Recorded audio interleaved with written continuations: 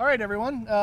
I'm here with John King, and John King is a podcaster extraordinaire. He runs the Drunken Odyssey podcast, which is a podcast about the writing life and the literary world. And we are here where podcasts happen, beside the pool. This is, if you want to get into podcasting, this is what it looks like. So I do all my editing poolside. Excellent. There we go. So what I'm interested in talking to John in the context of our course because, he's got a very successful podcast. He's interviewed some extremely prominent writers. It's active. People get involved in it. Everyone knows him. In the Orlando area, I think he's interviewed just about most of the major writers and some minor figures such as me.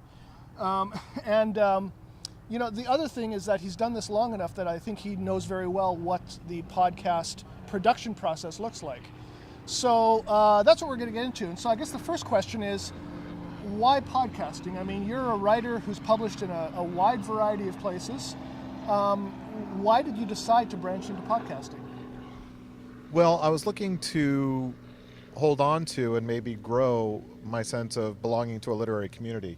I lived in New York for 3 years, getting my Master of Fine Art in fiction writing. And at NYU?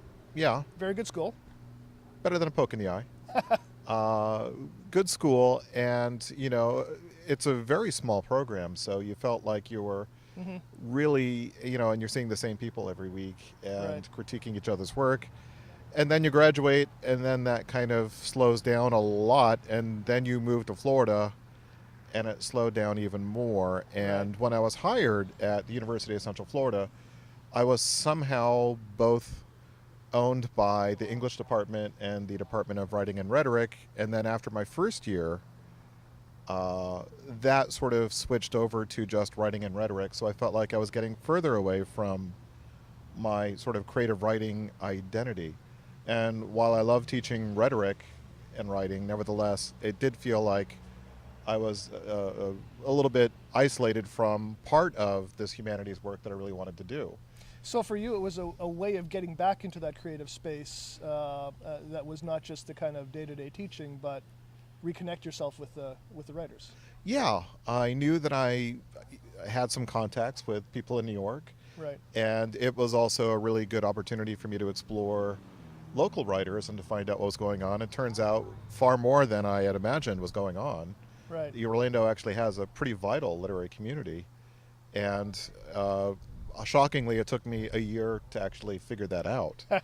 Although I was commuting pretty far away for that's that true. first You were, year. weren't you? Yeah, that's right. I was up in the stronghold of Fox viewership, that is the Villages.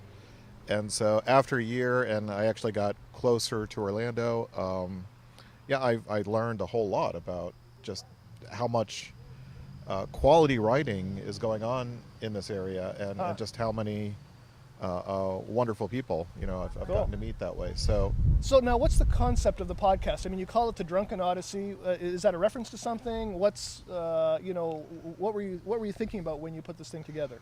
Well, I think it was deliberately an attempt to delegitimize it from an academic standpoint. Got it. My sort of model is NPR style programming, but I want it to be uncensored. There are times on NPR when I feel like it's too civilized for its own damn good. Got it. And so I wanted that intelligent discourse. I love NPR. Right. I just didn't want that hushed reverential tone to overwhelm it, and I didn't want people not to talk about the things that you can't talk about on NPR. Right. So, I think I leaned a little bit into this idea of writers tending to be drinkers. Got it. And it's this irony and ambiguity that I kind of keep going around and around with, because I don't think alcoholism should be taken lightly. Sure. But nevertheless, I do think it sort of helps create an ethos for the show that seems right to me. Are you hooking it back to Odysseus and Homer and that kind of classic sense of travel in the midst of things that beset you, on your way home? Occasionally, yeah. And, the logo for the show is actually Ulysses with the sirens, and so you've got the sirens on the rocks, and the Yes. idea is creative writing is pretty kind of a destructive thing, and the idea is to somehow Right. plug up your, have everyone else plug up their ears and tie yourself to the mast and just be on that boat as it goes Cool. by the Interesting. danger of the sirens. So that was also kind of symbolically where Mhm. the name was coming from. So when you're producing a podcast, as an experienced writer as you are, do you find it's a similar kind of process of creativity, or is it really a different skill set? Well, I try and mix it up a lot on my show. Mostly it's a different skill set because it's far more collaborative, and while I talk an awful lot in my interviews, I try to make it about the other person. I try and make it about the other person's career and the other person's insights. Right. And while I'm willing to poke my nose in more than most interviewers, and I'm not simply there to help sell a book, Right. I'm not above that, but I want that Right. to be, first I have to love the book, but I also want it to Sure. be in service of deepening our understanding of Got the it. creative process. And so, my goal is to provide a resource for writers. Now, occasionally I have live shows, which is just, okay, let's generate some creative content. Right. People I know in the area or friends who are visiting, but, just I try and pick out good writers on a theme and see what we can do and have a lot of fun. A prominent example of that was our Christmas show last year, which I remember it well. we had a great time with. We really did. Such a great time. I'm not doing it this year because I don't want to try and do something more intense. I don't know how we could escalate from next year and somehow not begin with, I don't know, satanic orgies. So I'm going to give it a year, Yeah. I think, to Sounds good. town down. So there's, Well, have you done on-site stuff like the WikiWatchy project? yes. Some of my interviews are done on the spot, sort of on location. Right. Miami Book Fair International is a really big deal. I'll be doing that. I'll be on the road And you shortly. really nabbed some really high-profile writers at that, didn't you? Yeah, that's an extraordinary opportunity. It's one of the biggest, maybe the biggest book fair in the country. I know at one time it certainly was. Yeah. And So just Martin the Amis caliber and- of writers. Yeah, just amazing. Martin Amis, Irvine Welsh. And, if I lived in Miami, they do spread it out throughout the week, so there would have been more, but Right. it's still a little bit of a haul. Right. I'm hoping to be there 2 days this year, and Right. I've got some great interviews lined up, but I'm not going to reveal them until I have them in the can. Understood. Speaking of the can, Yes. I'm interested in the production of a podcast. I mean, is this on the model of an old style radio show? I mean, is it produced like Orson Welles would have produced something in the 1940s, how do you put one of these together? Well, I can't speak for Orson Welles. There are times when there are times when I think that I am aiming for that old time radio show sort of a thing where I've got sound effects layered in, and frankly, I think I'm a highly skilled amateur, and today's technology allows me to look more professional than I am. So if I went to get a radio job, I think I would be really embarrassed really quickly. But being in control of all of my own stuff, Right. I can make it look pretty good. So Well, that is an interesting aspect of production today, isn't it? Because there was a time when you would have to farm out a lot of stuff, whether it's video or audio or whatever, and now the tools are available to, and the learning curve is not that steep, that you can actually produce some pretty polished stuff by yourself. yeah, and there's, expensive software that I don't own Right. that is frankly so esoteric, it would take me a long time just to Sure. even figure out how half the things in that program work. So usually I use 3 different programs. What do you use? Well, to start with, I use, for editing, I use Audacity. It's Okay. freeware. You just, and I can, amplify things, cut things, and, I try and go through my interviews and take out the ums and the ers. Right. Not to a point where it sounds freakish, but Right. just to give it a smoother feel, because I do want my show to be evergreen and for it to be a pleasure to listen to. And so just making it a little bit more professional sounding. Right. So there's that. I've got this really easy program that sort of evens out the levels, because people, if you move your mic around, like, it just changes Right. the way it sounds, and you don't want that to be what it finally sounds like. So Sure. I put it through this sort of filtering program that kind of evens it out. I do have to keep an eye on that, because it can even the wrong things out sometimes. And Sure. then the final is just GarageBand, and that lets me layer in music and things like that. Right. And sometimes I've got GarageBand projects that then get put into other GarageBand projects, so it can get kind of layered. And there are times when I feel like I'm sort of George Martin doing White Album kind of Right. stuff. Yeah. And I try and simplify it, and I try not to let it get too out of hand, because I have a very demanding full-time job, and Indeed. so I do have to try and counterbalance. Okay, I do think going to that extra effort is usually worth it, because I think listeners feel the Right. difference, but I also need a show every week. Of course. Yeah. And my wife would like to spend some time with me, and I've got, Papers my to brother grade lives in and- the area, and I've Yes. got friends, and, Of so it course. would be nice to actually have a sometimes to. life. Yeah. Got it. Yeah. Yeah. But there was a time when the production of something like this would have not even been feasible. In one person. Not for one person, no. No. Interesting. So, when you're thinking in terms of what sounds good, I mean, yours is mostly an interview show, but you do edit in music, you do edit in some other things as well. Is it your inclination to use fairly short chunks, or do you lengthen things, or do you layer stuff, or like, what's your audio sensibility? Like, what are you trying to create in a kind of auditory space? Is it like we're sitting in, a nice little pub having a chat, or Outer space is the ideal, at least it. for interviews. I prefer the interviews to sound pristine.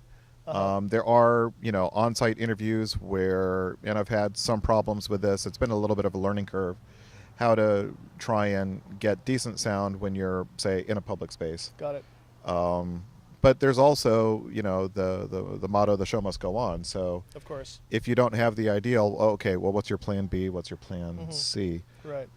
So I don't use music for the interviews, but I just want it to sound like the clearest version of two people having a natural conversation. I don't write down a lot of questions usually, because I don't want, I want to see where the conversation goes. And if I'm looking at my notes going, okay, what's the next question, then I'm not listening enough Right.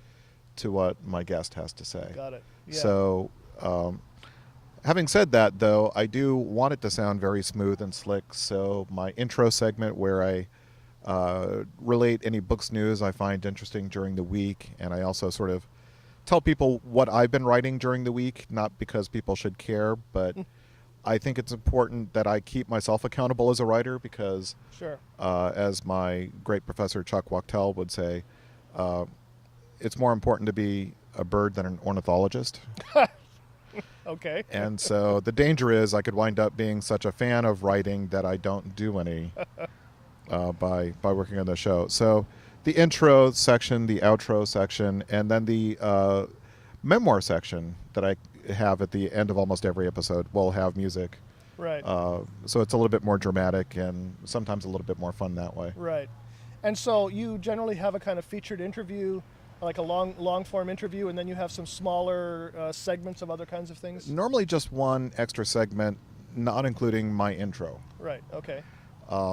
And so that's the goal. I had something smart and then I forgot. Yeah, well, it happens. So, I'm interested in what your sense of the kind of effects of this of your work has been in maybe in the immediate area and maybe more broadly than that. You seem to have become something of a kind of hub around which a lot of stuff happens. You have the events and all of that. Do you feel like this has added to the kind of literary culture in the area? I don't feel equipped to speak to that. I Okay. can, Well- we have a vital community, and so there are a lot of reading series, and it's been a pleasure for me to be a part of some of those. And I feature some live shows, but I haven't done one in a little while because it takes a little bit of extra effort, and I just Right. haven't been able to Right. squeeze out the time Right. to do one of those. But I do think what I offer that's kind of special, like I think the Orlando literary community would be just fine without me. I'm glad if I enhance it in any way, or simply offer one more option. Right. But I'm happy to be a part of this community.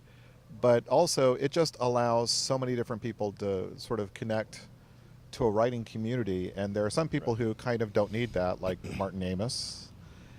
And then Well, he can be a mentor to others, though, I would think. he can, and I think he was Just a by sweetheart example. when he was interviewed. Yeah, he did a lovely interview. I think yeah. he really genuinely gave thoughtful answers, Right. and so writers who want to talk to me, who are well established.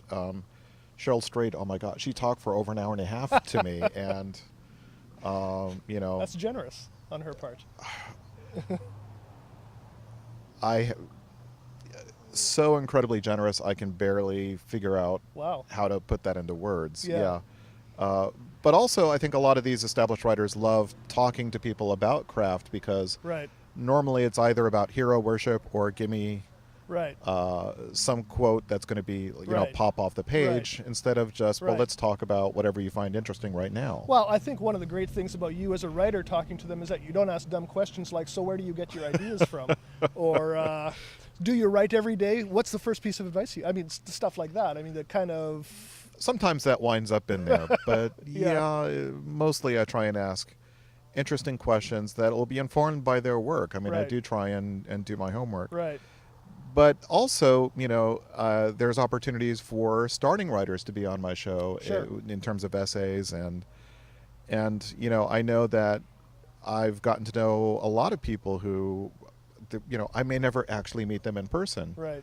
And it's pretty extraordinary just how many people sort of get tied into this matrix. Yeah. Yeah. Well, and then you have your periodic mailbag show with Jamie Poissant. Usually Jamie Poissant, I think, isn't it? Some others as well? No, just Jamie. Just Jamie?